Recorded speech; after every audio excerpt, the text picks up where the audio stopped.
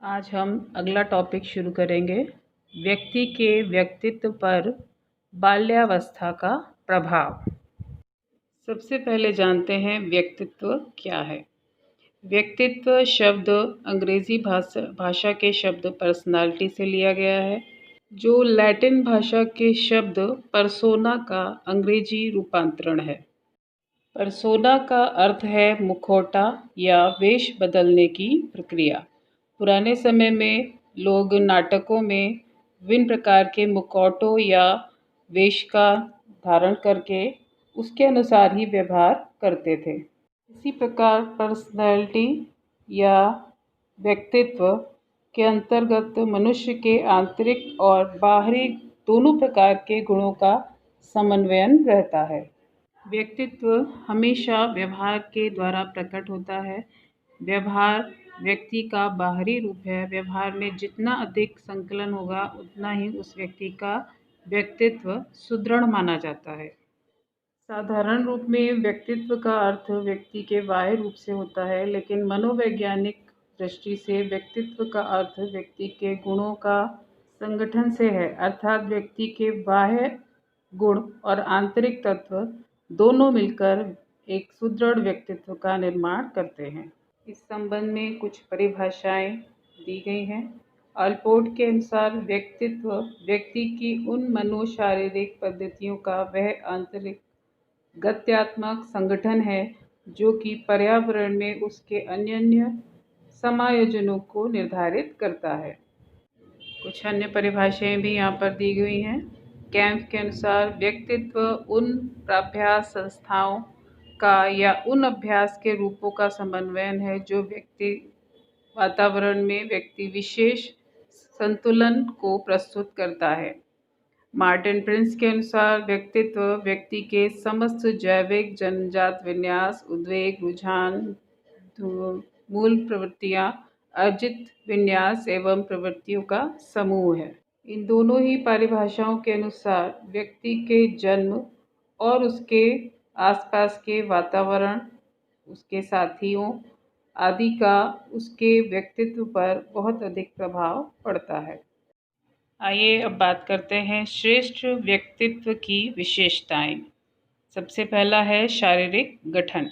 अच्छे व्यक्तित्व के लिए व्यक्ति का शारीरिक गठन, उसका स्वास्थ्य और उसकी सुंदरता आकर्षण डालने के लिए एक अच्छे व्यक्तित्व के लिए बहुत ही आवश्यक है।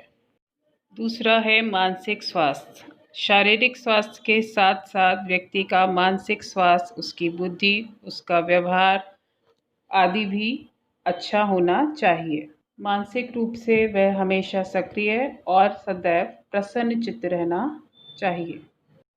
अगला पॉइंट है चरित्र। चरित्र एक व्यापक शब्द है जिसमें बहुत सारे गुणों का समावेश होता है, जैसे हमेशा सच बोलना, किसी को धोखा न देना, बेईमानी, भ्रष्टाचार से दूर रहना, किसी को दुख न देना और सबके सुख की कामना करना। अगला पॉइंट है दृढ़ संकल्प शक्ति। एक अच्छा चरित्र उसी व्यक्ति का हो सकता है जिसके अंदर दृढ़ संकल्प शक्ति हो, अर्थात किसी भी लक्ष्य को प्राप्त करने के लिए वो हर प्रकार की बाधाओं का सामना कर उस लक्ष्य को प्राप्त कर सके। अगला है लक्ष्य। एक अच्छे व्यक्तित्व के लिए या एक अच्छे व्यक्ति के लिए उसका एक अच्छा लक्ष्य होना भी आवश्यक है, अर्थात श्रेष्ठ व्यक्तित्व वाले व्यक्ति का लक्ष्य भी हमेशा श्रेष्ठ होता है, जैसे वो परिवार, समाज और देश की प्रगति करने के लिए तत्पर रहता है। अगला पॉइंट है सामाजिकता। श्रेष्ठ व्यक्ति के अंदर ये सामाजिकता का गुण अनिवार्य है, क्योंकि मनुष्य एक सामाजिक प्राणी है, अर्थात उसमें समाज के साथ रहकर सामाजिक संबंधों में समायोजित करना या समायोजन स्थापित करना भी आवश्यक है। अगला सबसे महत्वपूर्ण पॉइंट है संवेगात्मक संतुलन। एक अच्छे व्यक्तित्व की पहचान है कि उसका अपने भावनाओं पर नियंत्रण होना चाहिए।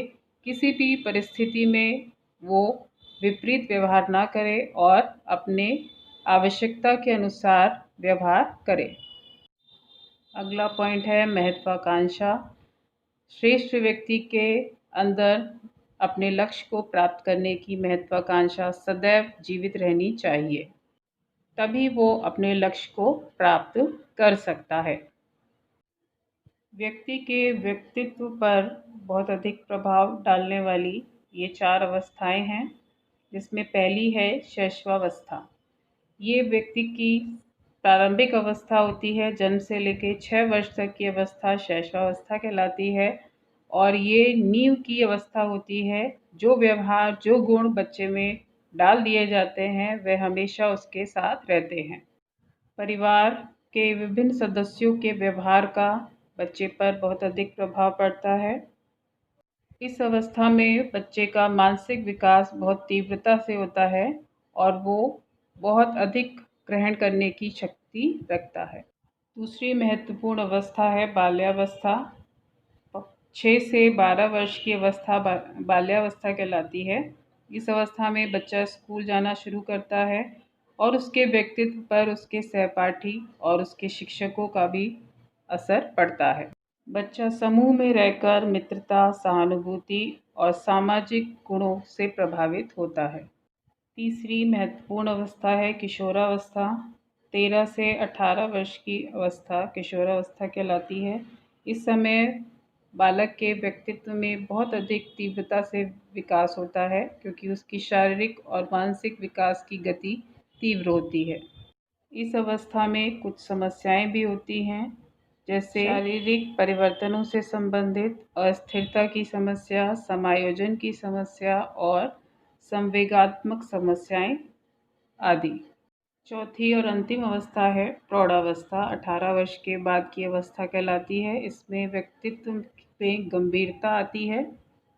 व्यक्ति के सामने नौकरी, परिवार, विवाह, संतान उत्पत्ति जैसी जिम्मेदारियां हो जाती हैं, जिनके साथ उसे सामंजस्य स्थापित करना पड़ता है।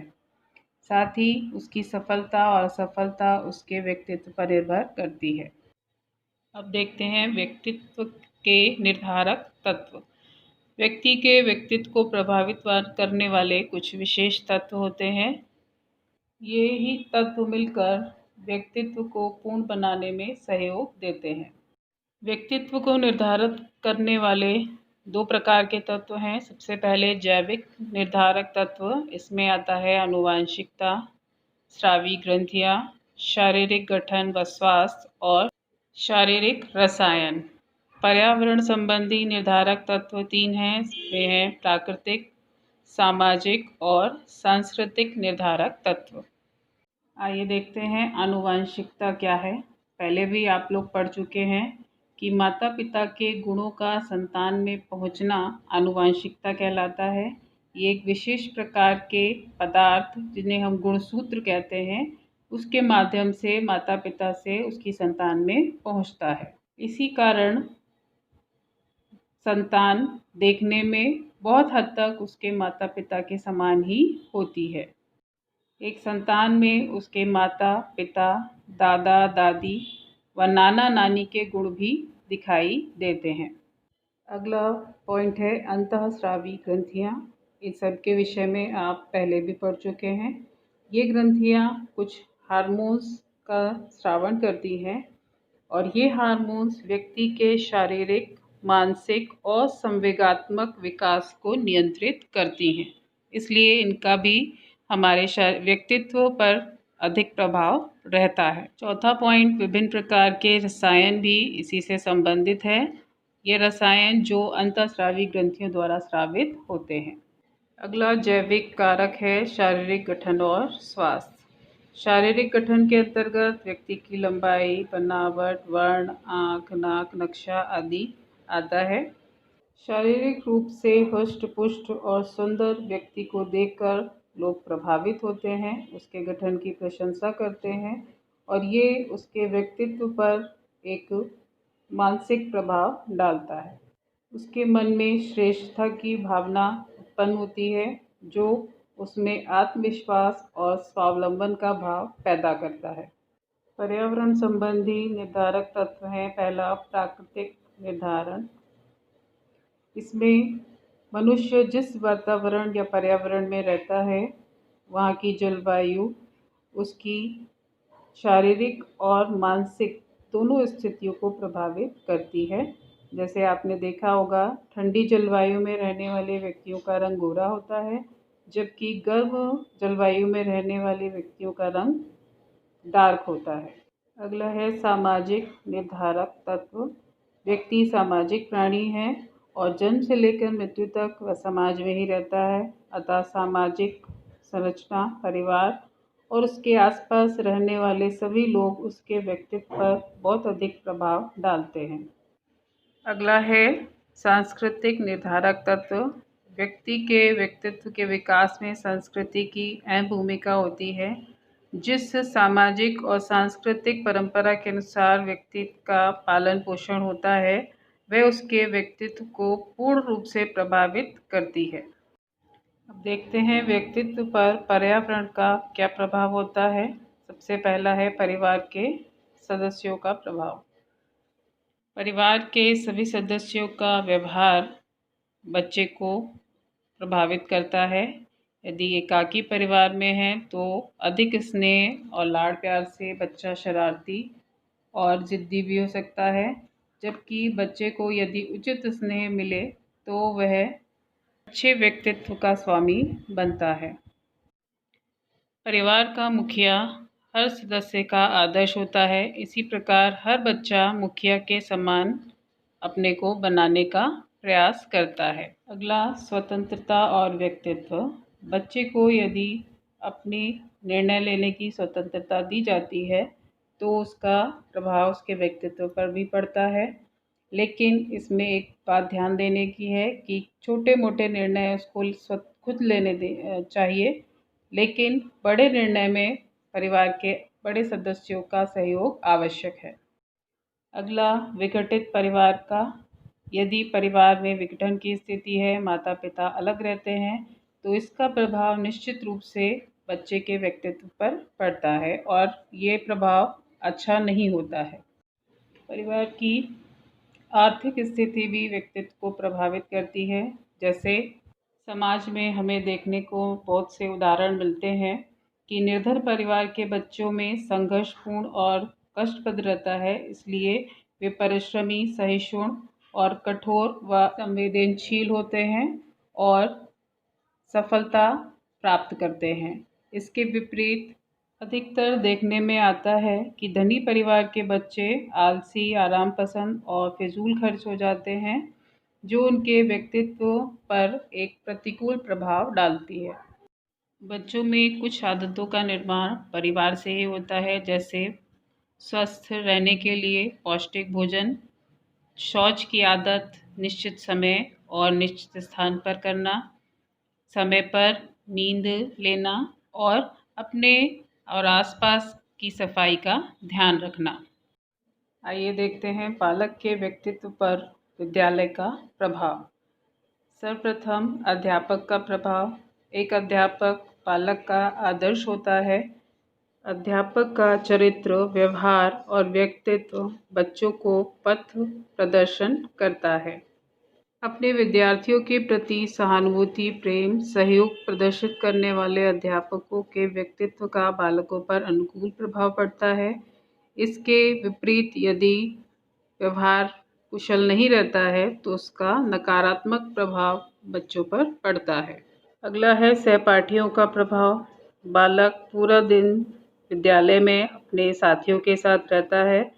इस कारण यदि साथी अच्छे हैं या उसका साथ अच्छा लोगों से है, अच्छे बच्चों से है, तो उसके व्यक्तित्व पर अनुकूल प्रभाव पड़ेगा। यदि इसके विपरीत उनका व्यवहार ठीक नहीं है, गलत संगति है, तो उसका प्रभाव प्रतिकूल होता है। अगला है समूह का प्रभाव। ऐसा देखने में आता है कि कक्षा में विभिन्न प्रकार के समूह, जैसे पढ़ने वाले, शैतानी करने वाले और सामान्य बच्चों के समूह अलग अलग होते हैं। इन समूहों में रहने वाले बच्चों पर, उनके व्यक्तित्व पर उनका प्रभाव पड़ता है।